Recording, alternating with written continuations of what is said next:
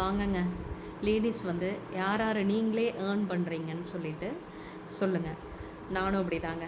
நானாக சம்பாதிப்பேன். எனக்கு நானாக சம்பாதிச்சு செலவு பண்ணுறது வந்து ரொம்ப பிடிக்கும். எனக்கு கான்ஃபிடென்ட் கூட.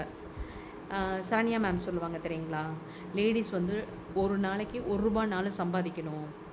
அது வந்து நம்மளுக்கு வந்து ரொம்ப கான்ஃபிடென்ட்டை கொடுக்கும், மன தைரியம் அந்த மாதிரியெல்லாம் இருக்கும்.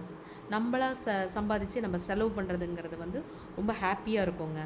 என்ன தான் ஜென்ஸ் பணம் கொடுத்தாலும் நீங்களே சம்பாதிச்சு ஒரு விஷயத்துக்கு செலவு பண்ணி பாருங்கள், அது ரொம்ப நல்லா இருக்குங்க.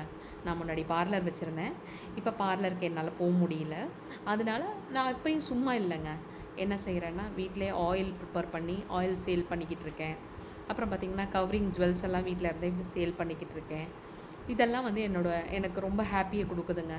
அதுலேருந்து எனக்கு ரூபாய் எடுத்து என் பிள்ளைங்களுக்கு செலவு பண்ணும்போது இன்னும் எனக்கு சந்தோஷமாக இருக்குங்க. நீங்களும் இது